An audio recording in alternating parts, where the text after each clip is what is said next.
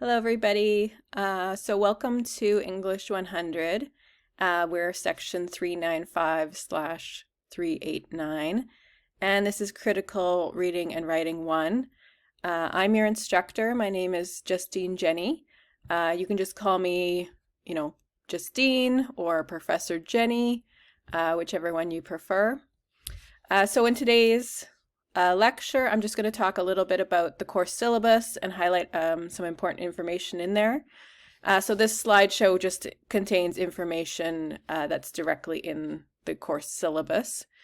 If you haven't already, make sure you read the syllabus through yourself and just make note of any important dates or policies that you should be familiar with. But the basic info in the class is listed here. So our course delivery is all asynchronous, as you probably know. So you're not mandatory, you're not going to have mandatory lectures that you attend every week. However, there are pre-recorded video lectures that you are expected to go through each week. And there's about 75 minutes per class of content. So you need to do that at least twice a week, log in and make sure you're going through the course content materials. And that includes, lecture videos, plus the readings on top of that. So you're going to have to leave yourself, I would say, around 3 hours per week to get through the course recordings and content. So because it's asynchronous, it just means, there's no mandatory times that you have to log into the class, but it is expected that you are, routinely, daily, if not, multiple times per week, logging into the course homepage and going through the course materials for that week. So there is a little bit of an expectation and responsibility on students to be managing their time accordingly and staying on task and staying up to date with the course content. But we'll talk a little bit about, some strategies, and I'll also be emailing you just as reminders frequently to, look at this video or this content for this week. But the nice thing about asynchronous classes is, again, it's up to your schedule. So if you're, more of a night owl and you want to look at the lectures in the evening when you have some free time, or really early in the morning or over lunch hour or whatever, it's kind of up to your schedule and how you want to fit it in. There are some technical requirements for this class. So you do need a computer. You're obviously submitting electronic documents as your essays, but you also need a webcam. There will be a Zoom final exam, so that's when we will finally, get to meet face to face, if not before then, for office hours or a one-on-one meeting. But you will need a webcam for the final exam. You're going to be sharing your screen over Zoom while you write, and it's going to be invigilated that way. And you also will need, a good internet connection. To contact me, the best ways to get a hold of me is through email. So there's a course email on the course homepage, and I'll walk you through that in another video when we look at the course homepage. But you could also write down my email here, jenny1ju@uregina.ca. So that if you rate me in that email, I'll also receive a direct email from you in my personal email, so I can respond to you right away. Course email, again, it's a good way to also get a hold of me. And then office hours for this class, I'll be holding like online office hours over Zoom. So there'll just be a live chat from 7 p.m. to 8 p.m. on a Wednesday evening. So if that's, suits your schedule, and if you have a question, you can pop into the office hours, but it's not mandatory. It's just sort of if you have a question that week and want to ask me something quick, you can pop into the office hours and ask then. Otherwise, if you want a more sort of one-on-one discussion with me, it's best probably to set up a one-on-one appointment, and we can set up a Zoom call, just you and I, where we discuss your paper or any concerns you might have. So, email me your available time or preferred time and date that you would like to have a Zoom appointment, and we can set up something that works for both of us. So just a little bit of info about me. So my name, like I said, is Justine. My last name's a little hard to say and spell. So it's pronounced Jenny, as in like the girl's name Jenny, but it's spelled Gieni. So my profession, obviously, I'm an English instructor. I usually teach English 100 and 110. And I've worked for the University of Regina for over 10 years now. And I'm also an alumni of U of R, so I did my bachelor's and master's degree there. And then I went on to get my PhD in English from the University of Saskatchewan. So I have a doctorate in English.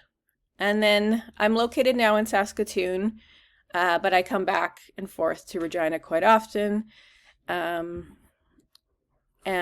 I know those of you maybe are spread around the province as well and don't get to visit on campus that often, but we're all connected through our university. And anyway, my interests, hobbies and interests, obviously I like reading, but other things I like, gardening, painting, all of the arts. And those are sort of what I like to spend my time doing when I'm not teaching. My favorite book, I've had a really hard time picking one, but I guess the most influential book on me growing up as a young person, and a book that I would recommend to every undergraduate student to read, would be Frankenstein by Mary Shelley. It was written by Mary Shelley when she was only 18 years old, so she was very young when she wrote it, but it's also about a young person, in that undergraduate years and some of the consequences that happen in Victor Frankenstein's life once he makes this fatal error.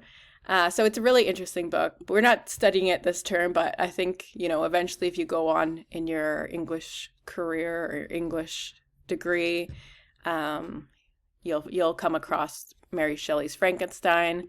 And even if you don't continue on with English studies, I would recommend every student read it. So if you're in the sciences or anything like that, you should definitely pick that book up. Right now, I'm currently reading The Great Gatsby. I just started it, so I'm surprised I haven't read it before, but it's one of those, classic texts that you either read it in high school or you didn't, and I just never got around to it, so I'm going to catch up on that. And other info, I'm an animal lover, so I have a lot of pets. I have 2 cats and also a greyhound. But yeah, animals are a big part of my life.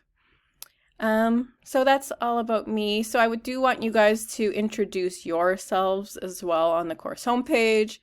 So tell me a little bit about yourself, where you're from, what your career goals are, if you have any interesting hobbies or interests, if you have a favorite book or current book that you're reading, if you have a favorite TV show or film or something that you've recently watched and you thought was fascinating, you want to share that with everybody, plus any other information you'd like to share. So if you have any pets that are funny and you want to talk about them, you can introduce yourself and tell us a little bit about who you are and what you're interested in.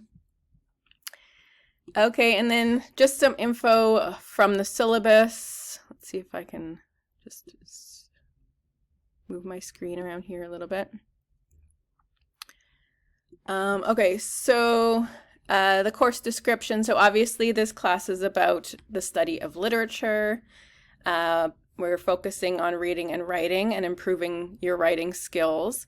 And we're going to also study a variety of texts. So you'll look at all sorts of different genres of literature, everything from short fiction or the short story to poetry, to drama, to nonfiction or memoir texts. And we'll also practice a lot of writing, so you'll be able to do some essay writing and learn some skills about, you know, what kind of, or how to elevate your academic writing for a university audience. And in terms of course text, there's no sort of purchases that you have to make. Every text has been linked to on the course homepage. So it's just up to you to sort of click on the links and follow the links to get to the readings. And like I said, there's a variety of texts. There's short stories, there's poetry. So all of those texts have been linked to in our course content.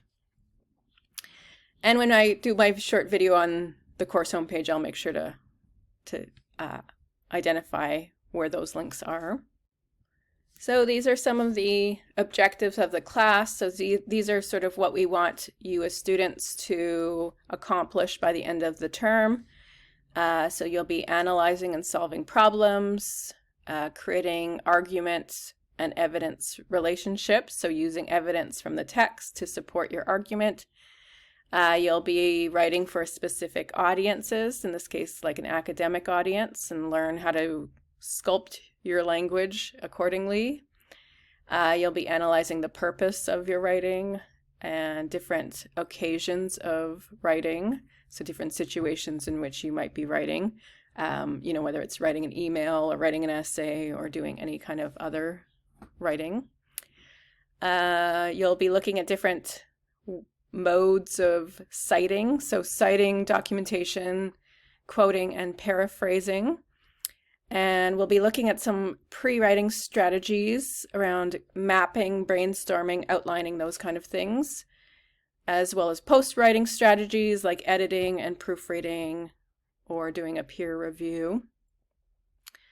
We'll look at a couple different writing strategies, different types of writing, and just look at some grammatical problems as well. So it's kind of a spectrum of topics: grammar, writing instruction, and then critical reading skills, looking at literature and trying to figure out what it's about and what's special about it. But overall, our goal is really to make you a better writer by the end of the course, and possibly also a better reader of literature. You'll maybe be able to analyze a text in a more confident way by the end of the course. Your responsibilities in the course, so they include, obviously, you were not taking attendance. This is an asynchronous class, but you are responsible for meeting, keeping up with the readings, keeping up with the lecture materials, all within your own time. But there are, a set amount of time, or, you have to set aside time each week to do that. You'll have assignments, writing assignments 1 through 3 that are mandatory. So these are 3 writing assignments over the course of the term that you must complete to pass the class. As well, there is a final exam that you must pass and must complete to pass the class. If you fail to hand in any one of those major assignments or fail to write the final exam, you end up with an NP on your record, and that just gets calculated as 40%. So you would have to take English 100 again to complete it. So you want to make sure that you're doing all of the mandatory work in the class and keeping up on any assignments that are due. And then for policies on late assignments, I don't mind if you ask for extensions, like if something is due on Friday and you need a couple of extra days, or if you need a full week, or if you have other things going on, you have a family reunion, or a football game, or whatever it is that you're involved with, and you need just a couple of extra days to get your assignment done. You need to talk to me. You need to write me an email and say, please, Justine, can I have 2 extra days or 5 extra days or whatever it is? And I will give that extension to you. But you need to be able to communicate what you need in terms of a new timeline and stick to that timeline. So if you tell me that you're going to hand it down on Sunday and Sunday rolls around and you're not handing anything in, you're going to start getting a late penalty of 2% per day. So you just want to make sure that you have an extension, you've talked to me, you've got the extension granted, and that you're also sticking to that new schedule, that due date that works for you. And then if you are late and you're not talking to me and you haven't submitted anything, you will get a late penalty per day. So it's partly, teaching you responsibility to communicate with your, in this case, your instructor, about a reasonable timeline and sticking to that kind of schedule. Sticking to deadlines, which is an important part in any job as well as your schooling. So it's good to learn now how to manage your time accordingly. And then the other thing here is just AI use. So the use of AI, which means like any kind of app that you use online that would pre-write your paper for you, or the use of like a pre-written essay that's already online that you cut and paste from and put it into your essay assignment. All of that is considered sort of plagiarism or academic misconduct.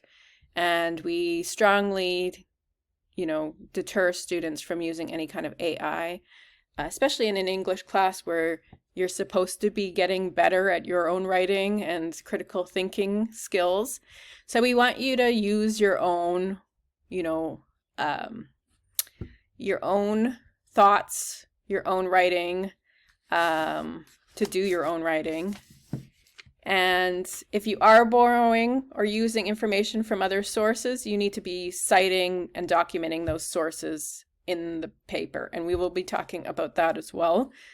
But for AI use, I do use Turnitin on the course homepage. So if you upload your essay to Turnitin, and if it contains AI or computer generated writing in it, it's going to get flagged, and then it has to be reviewed by the arts office, and they do an investigation of your paper, and they'll want to talk to you and see what you did or didn't do in terms of academic misconduct.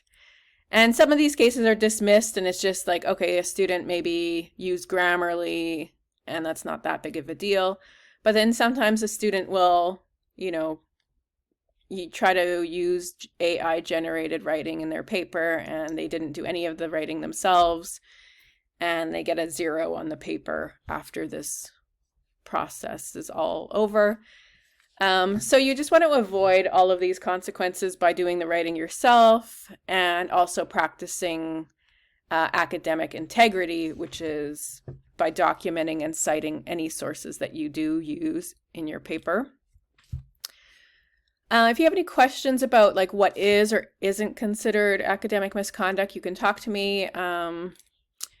But things like Grammarly Plus, I know a lot of students have that already on their computers, or if you use like Microsoft 365, sometimes it's on there. You want to disable it because once you start using it, it's going to start changing your sentences or suggesting new sentences or paraphrase sentences, and that's going to get flagged in your writing. So we want to teach you those skills yourself so you don't have to depend on a computer to edit your writing. I think spell check is okay. Like if it's just going through the spell check, that shouldn't be flagged. But it's things like ChatGPT or Quillbot, I think is another one. And then Grammarly Plus that changes your full sentence or rewrites the full paragraph for you. That is going to get flagged in Turnitin. Okay, and then just some other responsibilities here. So like I said, we kind of already talked about this one, but yeah, you have to submit writing assignments 1 through 3 and the final exam. Oh, I already mentioned this one. Okay, so never mind. This is a duplicate slide. Okay, so we're pretty much all done, except for our course evaluations here. So this is the breakdown of your grade. I'm still completing the weekly quizzes in this chart here, but you're going to have writing assignment number 1 due on Sunday, October 13th, and then that's worth 10%, and it's going to be 500 words in length. So it's a short paper. Every paper is pretty short, so it shouldn't take you too long to write them. And I like a kind of, I'll teach you about the 5-part essay, but we'll talk a little bit more about that in the upcoming course videos. But a 5-part essay includes an introduction that has your thesis statement in it, 3 body paragraphs that include the evidence that supports your argument, and then a conclusion paragraph is paragraph number 5. So that's kind of the 5-part essay that I would expect in an English 100 class. An essay writing assignment number 1 is going to be an essay about a short story that we've read in class. Writing assignment number 2 is going to be about a poem that you analyze. And it's again a short paper, 2 to 3 pages. It's going to be due on Sunday, November 10th, and it's worth 15%. And then writing assignment number 3 is going to be an essay with a little bit of research added. So it'll still be an essay about a book, but I'm going to also ask you to bring in a secondary source. So in this case, it's going to be a journal article that you'll also be drawing information from and citing from for assignment number 3. And that one's going to be due Sunday, December 8th, and it's going to be worth 20%. In addition, there's going to be 5 mini quizzes of multiple choice questions over the course of the term. And these ones relate to just to sort of check the comprehension, check if you're keeping up with the readings. They're usually very easy sort of multiple choice questions. There's going to be 10 questions and then over 5 quizzes. So quiz number 1 has 10 questions, quiz number 2 has 10 questions, etc. And they're each worth 5%. And I'll fill in the due dates here. I haven't quite figured out when exactly the quizzes will happen yet, but I'll fill this out on the syllabus. But there'll be multiple choice questions, and they'll have to do with the course readings that we've done thus far. So if we do 4 short stories, there's going to be a quiz, and there'll be a couple of questions for each of the short stories included on quiz number 1. And then finally, there's going to be an online invigilated exam over Zoom that you must attend. And I'll fill this info in too. I don't have the time exactly, but it will take place Friday, December 20th. And it's going to usually have 2 parts to it. So the first part's multiple choice questions, or maybe matching questions. I haven't quite decided yet. And then there's going to be an essay question where I'll give you maybe a broad theme, and you'll have to sort of pull in different text to discuss or different course readings to discuss to answer the question. And that's going to be worth 30% of your mark. So yeah, that's basically how the course is going to break down.